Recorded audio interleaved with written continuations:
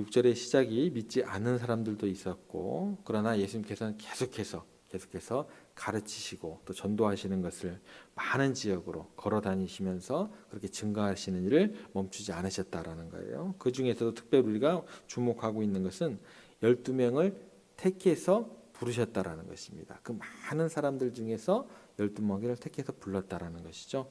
그래서 부르심에서 중요한 것은 우리가 잊지 않아야 될 것은 내가 부름받은 존재인지 날마다 점검하고, 또 내가 어떤 것을 부름받은 존재에 맞게끔 생각하고 고민하고 기도하고 그렇게 발걸음을 내디뎌야 될까, 그런 부름받은 존재로 오늘을 어떻게 살아가야 될까, 내일을 내가 어떻게 준비해야 될까, 그런 것들을 우리가 항상 생각해야 된다라고 말씀을 드렸습니다. 첫 번째 생각했던 건 자격에 대해서, 두 번째 생각했던 건 권위에 대해서, 이제 오늘은 마지막입니다. 존재에 대해서 더 구체적으로 얘기하자면 그 존재의 목적이 무엇이냐라는 것을 항상 생각하셔야 돼요. 고민하셔야 돼요. 고민하시고 그 고민들이 뭘로 나와야 돼요? 생각을 기도처럼. 기도는요 그냥 뜬구름이 아니에요. 말씀을 가지고 항상 묵상하시면서 그 생각 끝에 고민 끝에 나오는 그게요 생각을 기도처럼 하나님께 올려드리는 것, 그게 기도의 많은 것이 될 것이고, 또 하나는 뭐가 될까요? 우리가 항상 기도를 생각하는 것처럼 마음에 주시는 소원들이 그 생각을 기도처럼 거기에 더해지는 것이 되겠죠. 예. 존재의 목적, 부름 받았다라는 것은 자신을 위해 존재하지 않고 부르신 분을 위해 존재한다는 것을 우리가 잊지 않아야 된다라는 것입니다. 불렀다라는 것은 목적이 있기 때문에 부르신 거예요. 다시 말해서 부름 받은 자라는 이 단어를 다른 것으로 바꾸면 소명 받았다라고 이야기할 수 있습니다. 그래서 우리를 부름 받았을 때 하나님의 뜻, 하나님의 목적에 항상 집중할 수 있으셔야 됩니다. 굉장히 중요한 내용입니다. 그래서 부름 받은 사람이 우리가 두 번에 걸쳐 살펴봤죠. 첫 번째는 뭐예요? 자격. 그냥 그 직분만 이용하고, 이건 아주 그 낮은 단계예요. 부름에 대한 자격에 대해 생각하고 그 직분만 생각하고, 또 두 번째 주는 게 뭐죠? 권위. 하나님께부터 주어지는 권위. 이거 두 가지만 내세우면 어떻게 되는 줄 아세요? 이 두 가지가 굉장히 중요해요. 우리가 부름 받았다라는 것. 첫 번째 시간 자격, 하나님께로부터. 그러니까 직분 직위, 하나님께로부터. 두 번째 주신 건 권위. 뭐 목사로서, 장로로서, 뭐 안수집사로서, 권사로서, 뭐 집사로서, 찬양대원으로서, 선생님으로서 직위, 권위. 여기까지만 내세우면 부르신 분의 그리고 목적에 상관없이 살아가면 그 자격과 그 권위가 아무짝에도 쓸모없어야 됩니다. 사울이 왕으로 부르심을 받았어요. 왕으로 부르심을 받으면 어떻게 해야 돼요? 그 자리하고 또 그 직위를 가지고 권위를 가지고 어떻게 해야 돼요? 하나님의 백성들을 돌봐야 돼요. 하나님의 그 뜻이 무엇인지 목적에 맞게끔 살아가야 돼요. 그런데 어떻게 돼요? 다윗이라는 인물이 출연함과 동시에 이게 이제 안 보이는 거예요. 하나님의 목적이 뭐였지? 다윗이라는 인물을 딱 보는 순간, 야, 적이다. 제거해야 된다. 그래서 뭐예요? 하나님의 목적 따위는 필요가 없어지게 됩니다. 그러면 어떻게 돼요? 자기의 영광을 위해서 하나님의 영광 따위는 버려버리게 됩니다. 그래서 뭐라 그래요? 하나님의 영광이 떠났다라는 거예요. 여러분들, 이 땅에 부르심을 받은 목사님들, 교회들도 마찬가지예요. 하나님께로부터는 자격, 그 자리, 직분, 더 나아가서 그 권위만 생각하면 어떻게 돼요? 하나님의 영광을 생각하지 않으면 어떻게 돼요? 하나님의 영광은 그냥 떠나는 거예요. 목사님들뿐만 아니라 교회도 마찬가지예요. 성도님들도 다 똑같아요. 그렇게 되는 것입니다. 목적을 항상 점검하셔야 돼요. 부름 받았을 때는 나는 부르신 분에게만 집중한다라는, 잊지 않으셔야 된다라는 거예요. 그래서 사도 바울이 디모데후서 2장 4절에 이렇게 이야기를 합니다. 병사로 복무하는 자는 자기 생활에 얽매이는 자가 하나도 없나니 이는 병사로 모집한 자를 기쁘게 하려 함이라. 이 땅의 교회들은요, 자기 욕심 추구하면 안 돼요. 누구의 영광을, 누구의 목적에 맞게끔 하나님의 영광을 하나님의 목적에 맞게끔 살아가야 된다라는 거예요. 우리가 하나님께 부름을 받았을 때는 부름받은 그 순간 모든 것을 나를 부르신 분의 그 목적에 철저하게 맞춰가기 위해서 깨어 있으셔야 된다라는 거예요. 예를 들어서 만약에 그 총회가 다가오잖아요. 여전도회 회장으로 부름 받았어요. 뭐 남성교회 회장으로 부름을 받았어요. 그러면 그 부름 받은 일련은 뭐예요? 예, 그 부르심에 대해서 내가 이룰 하나님의 목적이 부르신 목적이 무엇일지 점검하시면서 그분을 기쁘시게 하기 위해서 최선을 다하셔야 된다는 거예요. 그런데 나에게 이런 시시한 걸 맡겨? 나한테 이런 어려운 것을 맡겨? 나는 안 해. 라는 것은 뭐예요? 내일 하겠다는 거예요. 이건 뭔가가 잘못되는 거예요. 여러분들이 부르심에 대한 것들은요, 여러분 스스로 내가 생각해서 내가 일할게요 라는 게 아니에요. 근본적으로 제가 자원할 수는 있어요. 그 마음은 누가 주시는 거예요? 성령 하나님께서 내 마음에 감동을 주시는 거예요.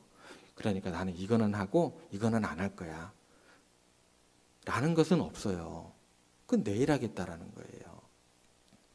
제가 처음 전도사로 이렇게 섬기게 될 때 제가 모셨던 담임 목사님이 저를 딱 이렇게 면접을 하시고, 그리고 난 다음에 저에게 이런 이야기를 하셨어요.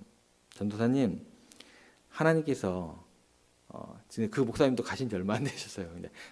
근데 하나님께서 제게 교회를 맡기신 것처럼, 담임으로 맡기신 것처럼 저를 대신해서 부서를 하나님께서 맡기셨다고 생각하고 사역을 해주세요. 그 부서의 전도사님은 담임 목사입니다. 그렇게 하나님을 기쁘시게 하기 위해서 최선을 다해 주세요. 여러분들, 교회에서 여러분들을 구역장으로, 여전도회 회장으로, 찬양대 대원으로, 선생님으로 제가 임명을 합니다. 당회장이 임명을 해요. 임명을 하면 여러분들은 그 부서와 그 대원, 그 모임 가운데 뭐예요? 담임 목사예요. 구역의 담임 목사인 거예요. 그래서 제가 대신, 저를 대신해서, 하나님을 대신해서 그 자리를 지키시면서 하나님을 기쁘시게 하셔야 된다는 거예요. 야, 나는 이거 안 해, 이거 안 해.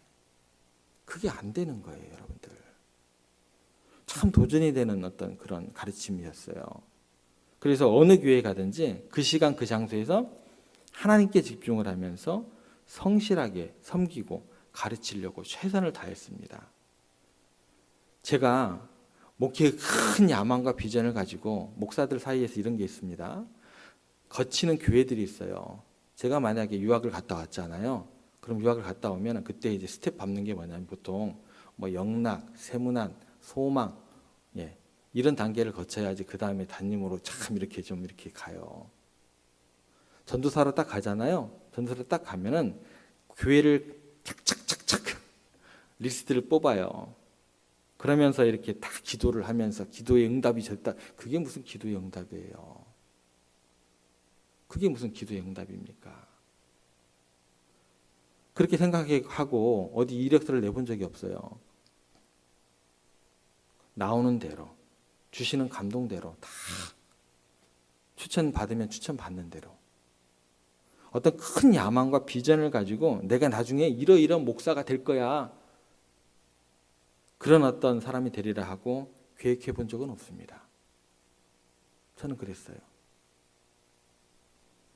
저는 뭐만 했느냐, 그냥 그 자리에서 하나님께 맡겨주시면 그냥 거기에 초점을 맞추면서 열심히 하다 보면 어느 날 제가 다른 곳으로 옮겨져 있더라고요. 여러분도 마찬가지입니다. 여러분의 섬김의 자리는 그 자리가 어떤 자리이건 하나님의 목적이 있으셔서 부르신 자리다라는 것. 그래서 우리는 부름받은 존재로서 부르신 그 순간에 그 일을 감당하면서 하나님의 목적에 초점을 맞추어가는 우리의 모습이 되어야 됩니다. 그럴 때 하나님의 일을 하게 되는 거예요. 아니면은요, 부르심과 그 권위 가지고 내일 하는 거예요. 내일 하는 거예요. 누가 봐도 그건 내일이에요. 그건 하나님의 일이 아닙니다. 그러면서 본인은 정작 몰라요. 몰라요. 내 야망을 위해서 살지 않게 되는 거예요. 그 순간이요.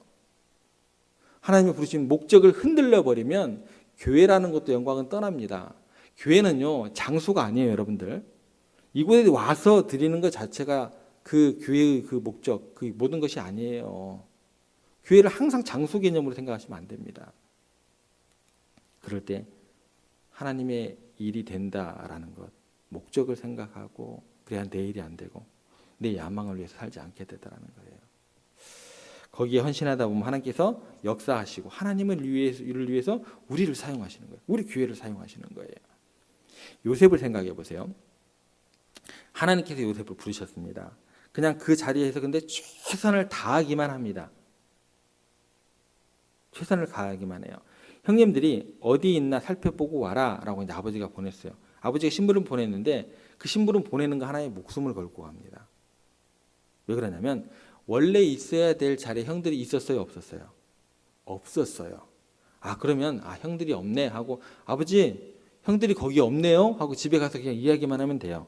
그런데 굳이 사람들을 찾아다니면서 누구누구 봤냐고 형들을 묻고 그 자리까지 찾아가서 형님들 앞에 붙잡히고 죽임당할 뻔해요. 그냥 집에 가지. 집에 가지. 뭐 없던 자리에 그냥 없었다고 얘기를 하고 있어야 될 자리에 없었다고 얘기하고 갔으면은 붙잡히지도 않고 죽임당할 뻔하지도 않고 노예로 팔려가지도 않았을 거 아닌가요? 그리고 노예로 팔려가 버렸어요. 보디발 장군의 집에서 노예의 생활을 하게 됩니다. 그러면 어떻게 해야 돼요? 뭐야, 괜히 열심히 해가지고 주어지는 결과라고는 노예로 팔려왔네. 저주하고 반항하고 얼마나 그러고 싶겠어요. 그런데요, 그냥 그 자리에서 그냥 충성을 다했습니다. 노예로서 충성을 다하다 보니까 거기에서 모든 집안일을 담당하는 총무가 됩니다. 여기까지도 그래도 견딜만 해요. 그런데 거기서 또 억울하게 누명을 쓰고 감옥에 갑니다. 야, 이거 내가 진짜 뭐 이거 3-4번도 아니고 이거 뭐냐. 거기에서 그냥 자포자기 할 만해요. 불평도 할 만도 해요. 아무것도 안 할 만도 해요. 근데 그냥 그 자리에서도 하나님께서 보내셨거니 라고 생각을 했는지 부름받은 자로서 하나님과 동행하면서 최선을 다하니까 결국은 어떻게 돼요? 바로 그냥 바로한 앞에 세워두시게 되더라는 거예요. 사람의 어떤 과정도 필요 없어요. 떡 맡은 관원장, 술 맡은 관원장의 도움도 필요 없어요. 그냥 바로 왕 앞에 그냥 앉혀버리셨다라는 거예요. 하나님께서. 요셉이 계획하거나 꿈꾸거나 탈출하려고 애쓰거나 막 거대한 원대한 꿈을 가지고 위해서 노력했다는 이야기는 하나도 없어요. 그냥 하나님께서 나를 여기에 심기셨겠거니 라고 생각을 하고 그 자리에서 최선을 다해서 하나님께서 그 주신 자리에 대해서 내가 하나님의 영광을 위해서 내가 해야 될 일들을 그냥 묵묵히 해나갔다라는 거예요. 뭐 엄청나게 큰 비전을 가지고 막 엄청나게 큰 계획을 가지고 이것은 하나님의 일이야, 이거는 하나님의 일이 아니야 라고 우리가 착각하는 것처럼 그러지 않았다라는 거예요. 그러지 않았다라는 거예요. 여러분들 교회에 와서 섬기는 것도 중요하지만 여러분들 가정에서 자녀들을 섬기는 것, 자녀들이 부모님을 섬기는 것, 이것도 하나님의 일이에요. 하나님의 일이에요. 명심하시기 바랍니다. 하나님의 영광을 위해서 내가 살아가야 될 곳곳에서의 일들이 나의 일들이 무엇인지 생각하셔야 된다는 것입니다. 그래서 요셉은 하나님의 그 자리에 갖다 놓으시는 자리마다 그 자리가 노예여도 상관이 없었어요. 죄수여도 상관이 없었어요. 나는 하나님께 부름받은 자니까 보내는 그 자리에서 최선을 다합니다. 그러면 하나님께서 딱딱딱 또 필요한 곳에 요셉을 심겨 놓으셨다라는 것입니다. 여러분 삶은 마찬가지입니다. 가정주부로, 회사원으로, 교회에서 찬양대원으로, 선생님으로, 구역장으로, 여전도회 회장으로, 남성교회 회장으로, 또 예배자로 그렇게 부르시면 부르신 분에게 초점을 맞출 일이지, 야, 내가 여기서 이런 것 하고 있을 사람이 아닌데 라고 하면서 다른 일을 바라보면서 요구를 하고 있으면 내게 맡기신 일도 못합니다. 내게 맡기신 일도 못해요. 여러분 늘 무슨 사람은 부르신 분이 주신 일과 그 목적에 집중할 수 있으셔야 돼요. 목사님들도 마찬가지예요. 목사로 부름을 받았으면 설교 준비에 집중을 하고 성도들을 돌보는 일에 집중을 해야 됩니다. 그게 다예요. 그게 부르심의 목적이 답니다. 쓸데없는 일에 신경 쓸 필요가 없다라는 거예요. 장로님으로 부름을 받았으면 목회자의 목회 비전을 공유를 하고 목회를 보필하기 위해서 교회를 함께 세워나가기 위해서 기도하고 함께 협력해 나가는 거예요. 안수 집사님도 마찬가지고 권사님도 마찬가지고 모든 성도들이 마찬가지입니다. 우리 교회가 부르신 그분의 뜻을 따라 부름받은 그 자리에서 최선을 다하는 교회, 모든 성도들이 그렇게 부르심 받은 자로 그렇게 그 목적에 합하게 살아가야 된다는 거예요. 하나님께서 우리에게 지혜와 힘과 사랑을 허락하시고 온 마음을 다해 이 사명을 감당할 수 있도록 그렇게 기도하시면서 하나님의 뜻에 따라 사랑과 헌신이 나타나는 자리가 중요한 게 아니고 그렇게 사랑과 헌신이 나타나는 그런 모습이 될 때, 그런 공동체가 될 때 하나님의 영광이 우리 세종교회 가운데 나타난다는 거예요. 하나님의 영광의 빛을 우리가 발할 수 있게 된다는 거예요. 이 땅의 교회들이 하나님의 영광의 빛을 발할 수 있는 믿음의 백성들, 믿음의 교회들이 될 수 있다라는 것입니다. 한 가지 더 이야기할 수 있는 것은 뭐냐면 부름을 받았다라는 것은 부르신 분이 부름 받은 자의 삶을 전적으로 책임진다는 의미가 들어갑니다. 하나님께 나를 부르셨는데 우리를 책임을 안 지실까요? 책임을 지신다라는 거예요. 여러분이 만약에 회사의 직원을 부른다면 어떻게 해야 돼요?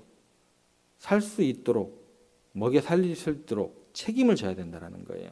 우리가 하나님께 부름을 받았으면 염려 걱정을 하지 말라고 이야기를 하십니다. 너희는 먼저 그의 나라와 그의 의를 구하라. 그러면 이 모든 것을 너희에게 더하시리라.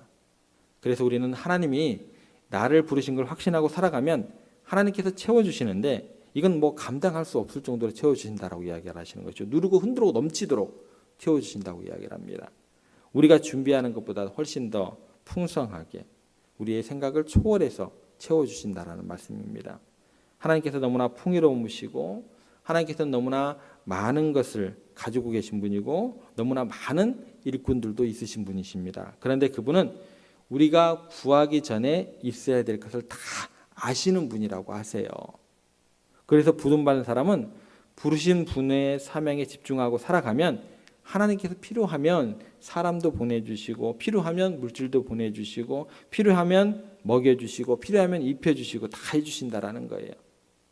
안 주시는 이유가 뭘까요? 지위도 주시고 권위도 주시는데 안 주시는 이유가 뭐예요?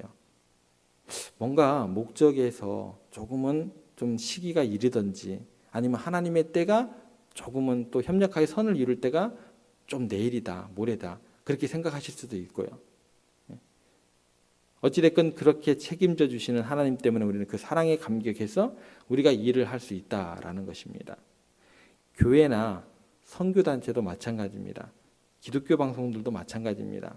이건 선교와 관계가 되니까 헌신해 라고 하면서 그들의 삶을 책임져 주지 않고 마땅한 대우를 해주지 않고 무례하게 대하거나 임금을 착취하면서 하나님의 사업이라고 하는 경우가 굉장히 많습니다.